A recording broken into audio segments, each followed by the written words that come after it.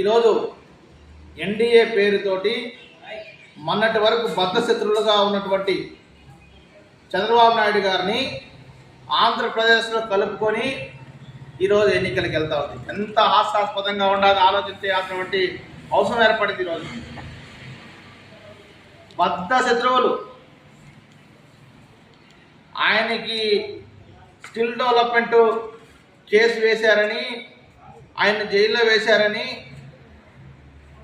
అనేక విధాలుగా ఈ రోజున అందరూ ఆయన తప్పు జరిపి ఈ రోజున ఎన్డీఏ కూటమిగా అందులో జనసేన అలాగే సంబంధించి బీజేపీ తెలుగుదేశం పార్టీలు ఈరోజు ఎన్డీఏ కూటమిగా ఏర్పడి పోటీ చేస్తూ ఉన్నాయి.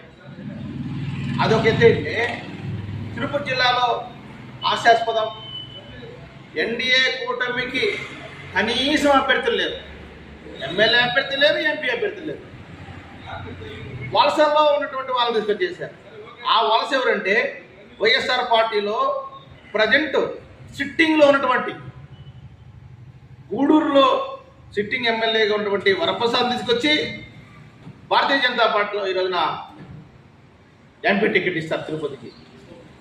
సిట్టింగ్లో ఉన్నటువంటి Chittoor MLA RN Srinivas alias Jangalapalli Srinivas ఆయన తీసుకొచ్చి జనసేన పార్టీ తరఫున తిరుపతి ఎమ్మెల్యే టికెట్ ఇచ్చారు. బాబా ఏమి కపట ప్రేమ వైఎస్ఆర్ పార్టీ మీద ఈ యొక్క భారతీయ జనతా పార్టీకి, ఏమి కపట ప్రేమ ఈ యొక్క తెలుగుదేశం పార్టీ వాళ్ళకి, ఈ యొక్క వైసీపీ వాళ్ళని తీసుకొచ్చేసి ఈరోజు ఎమ్మెల్యేలుగా ఎంపీలుగా నిలబెట్టారంటే తిరుపతి ప్రజలారా ఆలోచన చేయండి. తిరుపతి నియోజకవర్గంలో ఉన్నటువంటి ఓటర్ మహాశైలారా ఆలోచన చేయండి. ఈరోజు దేశం కోసం అరవింద్ కేజ్రీవాల్ గారు ఈరోజు జైల్లో ఉండే పాలన చేస్తున్నాడు. కాబట్టి ఎన్డీఏ కూటమిని చిత్తుగా ఓడించాల్సినటువంటి నైతిక బాధ్యత ప్రతి ఒక్క ఓటర్ మహాశైల మీద ఉంది.